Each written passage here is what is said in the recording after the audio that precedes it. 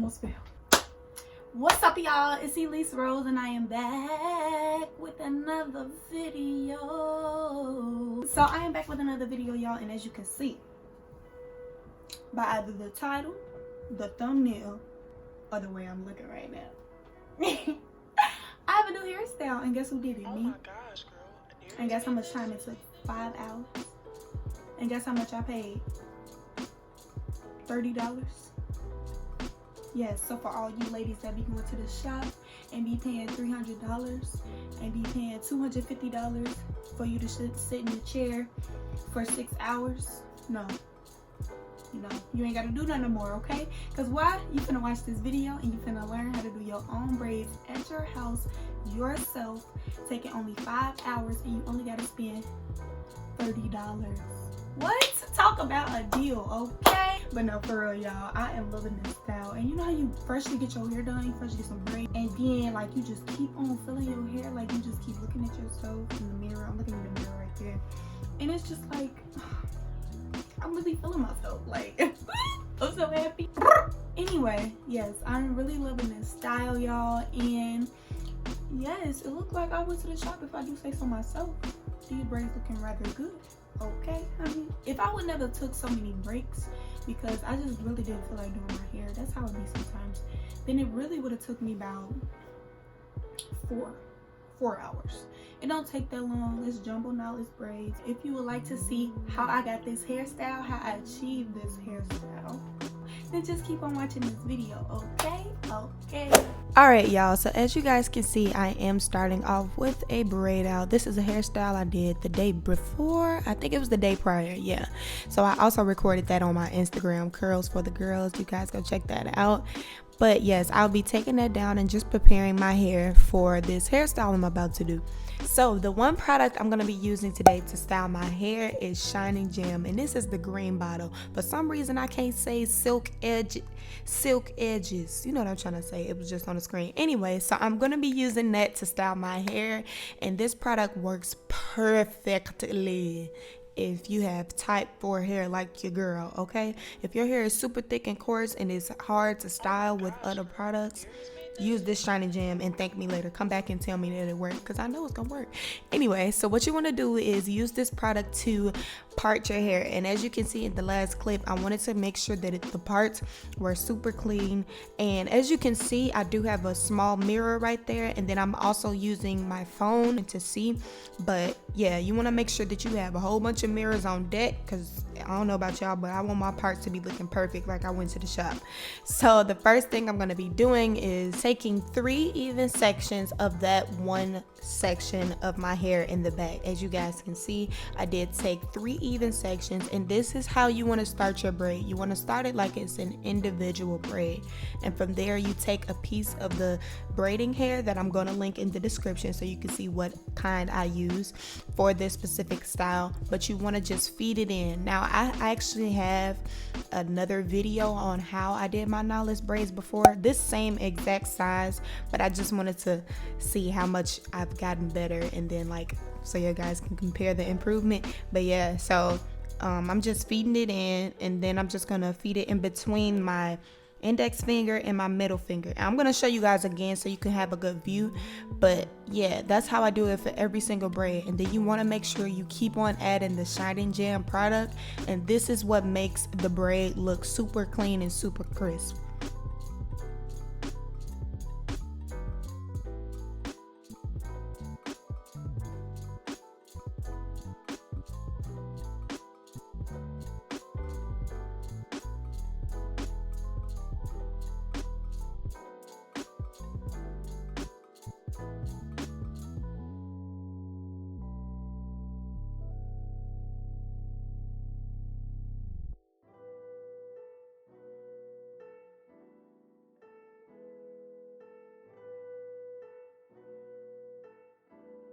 So for the rest of the braids, as you guys are going to see throughout the video, I am just going to keep on smoothing in that silk edges product, and then I'm just going to use my comb, my rat tail comb, and then my wide tooth end of the other comb, and then just comb throughout my hair, because like I said, you want to make sure your hair is super detangled or this process is going to be a fail. You don't want to fail.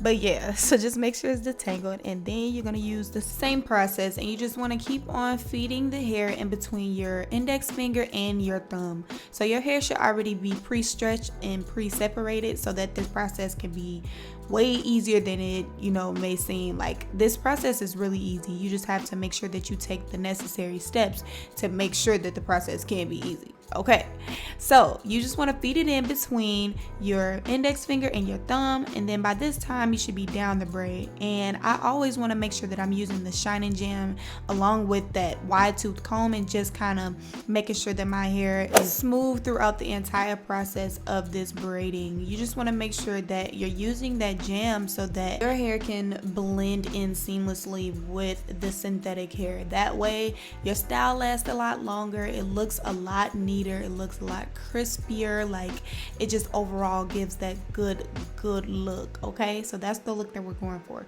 So by this time I am down the end of my braid, and now I'm just going to show you how I do my ends. So I wrap it around, make a loop, and then I pull the end through. Okay, I know that part went pretty fast, but I am going to do this numerous of times, so you're going to see that again. But if you guys do need to see it again, you can just always rewind and watch it again as many times as you need to. But it's really simple. You just want to tie it like it's a shoestring pretty much. So now I'm just moving on to the rest of my hair, and I'm going to just repeat these processes over and over until I get the desired look that I need. So for that corner that was at the end, I'm just doing the same thing, feeding the braid in between my index finger and my thumb, and I'm just trying to make sure that it's as neat as possible. A lot of you ask me, how do I braid my own hair in the back, and how do I see, and how am I able to make sure that it's crisp, and all those type of questions. Really, you see that mirror right there? That's exactly how. I have my phone that I record with, I have that big old mirror that's in front of me, and then I have that tiny little circle mirror that's right there. And those three things are able to just help me get through this process and make sure that my braids look as neat as possible, because I'm clumsy. I sometimes forget to sleep with my scarf. It's a lot of things that happens that can prevent my style from looking as neat as I want it to. But if I make sure to have my parts crisp, and I make sure to use the shining gem and everything that I have, then my braids gonna last me. Okay, so I'm just trying to keep on make sure that I get these parts as crisp as possible by using all three, every single one of those mirrors that I have. Okay, my camera is a mirror, my little circle is a mirror, and then that big old mirror in front of me. And this should help you along the way. If you don't have any, go to the dollar store, go to the beauty supply store, get you a little small mirror, and it's gonna work. And as you guys can see, I sometimes even maneuver the hair into two and try to see if that part in the middle is going straight down the middle of that braid that's all the way in the back. And as you guys can see, it is aligning pretty well. So from there, I just move on and use the shining gem and define my parts, and then I'm back to braiding. Okay, so I use this same process every time I do my knotless braids, and this is what helps me get my defined parts. So as you guys can see, it is aligning, and you always want to make sure that if you're doing the brick parting, that it goes in between, the part goes in between the middle of the braid that's at the bottom of it. I hope that's making sense to you guys, okay? Because it makes sense to me, and this is what I do every single time. So I also want to make sure that my hair is detangled, like I said in the beginning, and then I'm back to braiding. This is what I do every single time.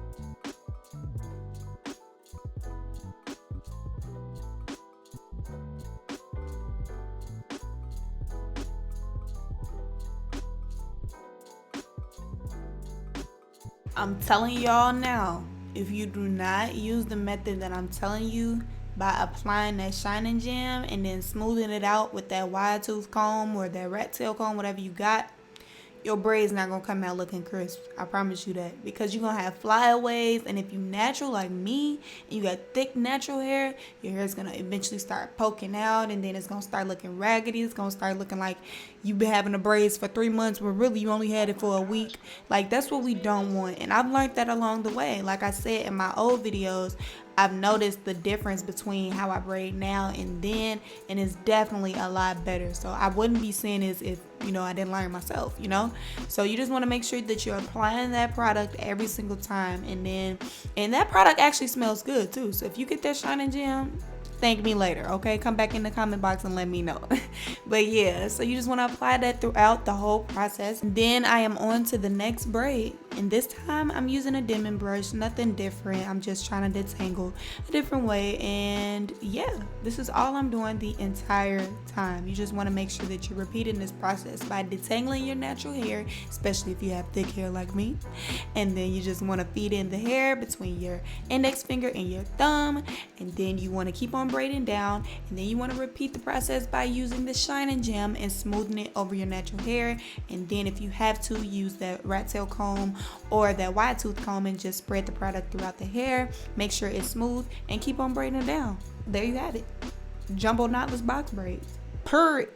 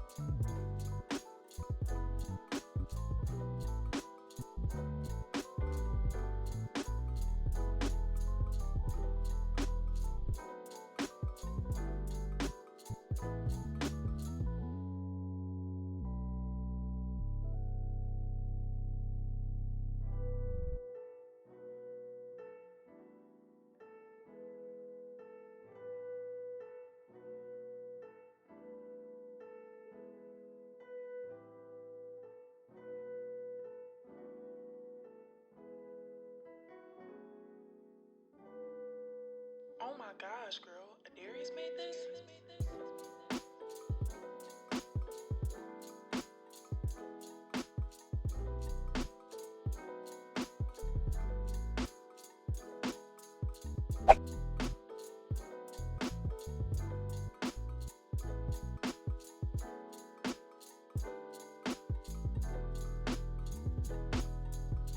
So in order for you to have a really good grip game while doing this, guys, you have to make sure you're acting as if you're doing a French braid. That's the easiest I can explain it. So you want to act like you're gripping the scalp as if you're doing a French braid. Instead of doing the French braid though, you're gonna make it be a plait.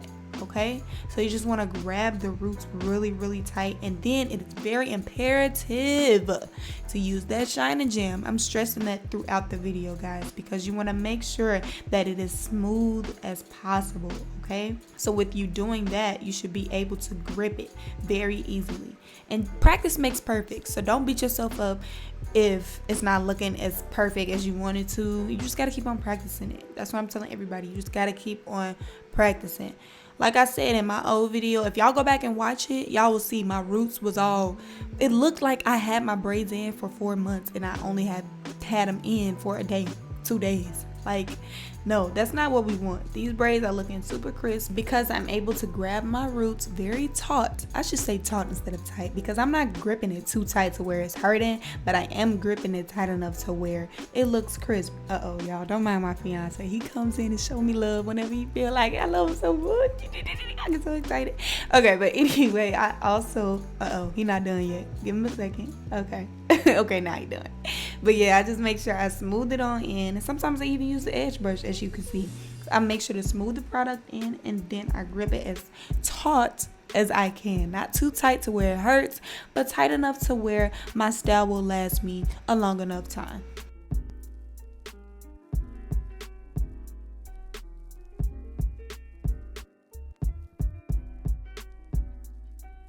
So we have finally completed the braids, and now it is time to oil my scalp. I always make sure every single time I do a protective style, I am oiling my scalp, okay? This is how you get the growth, baby. This is how you get the growth. This is what protective styles are for, okay? I will link that growth oil in the description box. I don't know, it's my sister's. I kind of took it from her. Don't tell her. Anyway, now I am smoothing my baby hair slash edges slash whatever you want to call them, and you cannot go wrong with smoothing the baby hair. Can I get an amen? Amen. Anyway, I make sure every single time I do a protective style, I am making sure that my edges are on fleek. And this right here, peeps, is a sign that you are running out of mousse. I guess my mousse just felt like giving up on me because I was definitely on my last straw with it. But I made sure to make do with what I had. And this slowly but surely became my favorite mousse, as you guys can see in my last couple videos. If you guys did watch them, this was my very first time even using this mousse. And it slowly but surely became my favorite. But now we're just going to dip the ends, okay? This is the most crucial, most important part to making sure that the braids have the final finishes touches to making sure it looks like you just got them done at the salon. You have to dip those in so they don't look all bushy, and you know how they look when they're not dipped in the water. But yeah, you want to make sure that water is boiling hot, okay? That process is very tedious, and you want to make sure that if you're a beginner, you're doing it right. So after I've had that mousse sit on for about a couple minutes, I'd say 10 at the most, this is the grand reveal, okay? This is how your braids should look, nice and smooth, nice and fresh, okay? Them baby hairs is on fleek. And yes, this is how you can achieve jumbo knotless box braids for under $30. Like, baby, stop playing with us. But until next time, guys, bye.